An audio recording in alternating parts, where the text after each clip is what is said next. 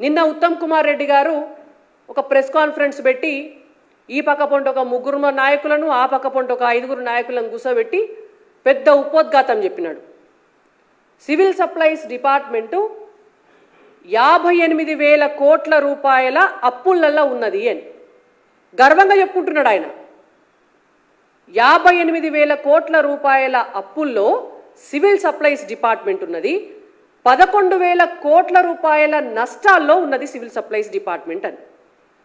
ఇవాళ మేము భారతీయ జనతా పార్టీగా ఒక్కటే క్వశ్చన్ అడుగుతున్నాం. సివిల్ సప్లైస్ డిపార్ట్మెంట్ చేయాల్సినటువంటి పని ఏం చేస్తుంది? కేంద్రానికి రాష్ట్రానికి వడ్లను కొని ఇస్తుంది గంతే. మరి సివిల్ సప్లైస్ డిపార్ట్మెంట్కు 58,000 కోట్ల రూపాయల అప్పు చేయవలసినటువంటి అవసరం ఎందుకు వచ్చింది? ఇది కాళేశ్వరం కంటే పెద్ద స్కాము. కాళేశ్వరం కంటే పెద్ద స్కాము సివిల్ సప్లైస్ డిపార్ట్మెంట్లో జరిగింది. మీ నోటెంబడి మీరు చెప్పిన మాటే. మీ సివిల్ సప్లైస్కి సంబంధించినటువంటి ప్రభుత్వం ఇచ్చినటువంటి లెక్కలల్లా ఉన్నటువంటి విషయం 58,000 కోట్ల రూపాయల అప్పు ఎందుకైతుంది సివిల్ సప్లైస్ డిపార్ట్మెంట్కి? మీరేం ఖర్చు పెట్టినరని అవుతుంది? మీరేమన్నా గోడౌన్లు కట్టిర్రా, లేకపోతే మీరేమన్నా పెద్ద పెద్ద నిర్మాణాలు చేసిర్రా, లేకపోతే మీరేమన్నా మార్కెట్ యార్డులు కట్టినరా, లేకపోతే ఇంటింటికి రైతుకు ఒక గోడౌన్ కట్టి పెట్టినరా? ఒక్కో రైతుకు ఒక్కో గోడౌన్ కడితే కూడా 58,000 కోట్ల రూపాయలు కావు తెలంగాణ రాష్ట్రంలో. మరి మీరు ఎందుకు అప్పు చేసిండ్రు?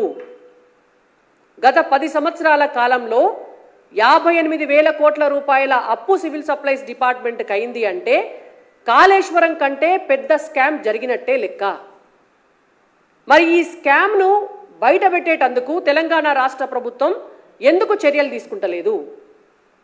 ఉత్తమ్ కుమార్ రెడ్డి గారు ఎందుకు కేసీఆర్ గారిని రక్షిస్తున్నారు? ఇవాళ భారతీయ జనతా పార్టీగా మేము అడుగుతున్నాం. 58,000 కోట్ల రూపాయల అప్పుకు ప్రభుత్వం ఇచ్చినటువంటి లెక్కల ప్రకారం 290 కోట్ల రూపాయల వడ్డీ కడుతున్నారు నెలకి. ఈ పైసలు ఎవలై?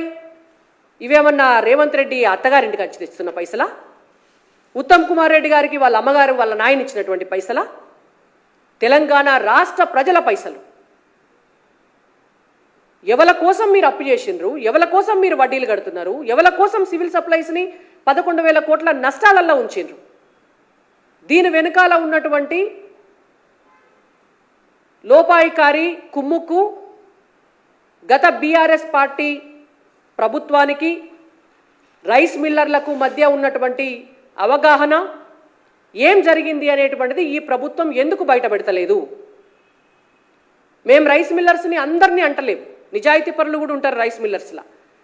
కానీ ఇవాళ ఇన్ని వేల కోట్ల రూపాయల అప్పు ఉన్నది అంటే దాని వెనకాల రైస్ మిల్లర్లకు బీఆర్ఎస్ పార్టీ ప్రభుత్వంలో ఉన్నటువంటి ఆనాటి పెద్దలకు, కాంగ్రెస్ పార్టీ ప్రభుత్వంలో ఉన్నటువంటి ఈనాటి పెద్దలకు మధ్య ఏ లాలూచిబడి ఇవాళ తెలంగాణను మీరు ఇన్ని నష్టాల లోపలికి తీసుకుపోతున్నారు అని మేము అడుగుతున్నాం.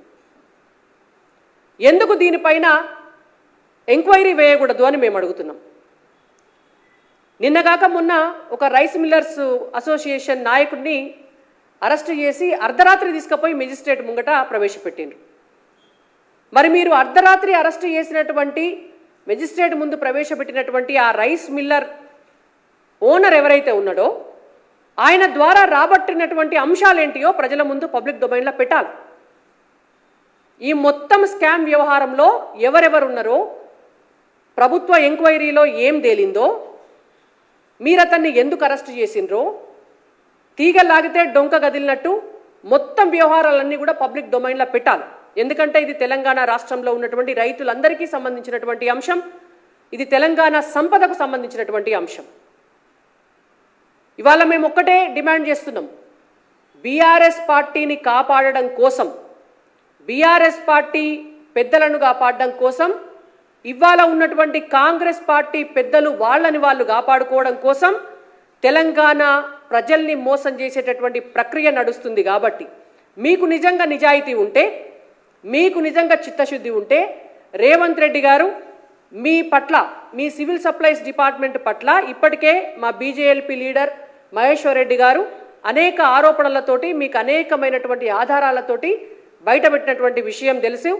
దానికి కొనసాగింపుగా ఇవాళ ఈ సివిల్ సప్లైస్కి సంబంధించినటువంటి 58,000 కోట్ల రూపాయల అప్పు 11,000 కోట్ల రూపాయల నష్టం పైన సిట్టింగ్ జడ్జి తోటి విచారణ చేయించాలి అని చెప్పి భారతీయ జనతా పార్టీగా మేము డిమాండ్ చేస్తున్నాం. ఖచ్చితంగా జరగాల. జ్యుడిషియరీ ఎంక్వైరీ చేసి ఈ మొత్తం వ్యవహారంలో ఎవరున్నారో వాళ్ళను బయటికి గుంజుకురావాలని చెప్పి ఇవాళ బీజేపీగా మేము డిమాండ్ చేస్తున్నాం.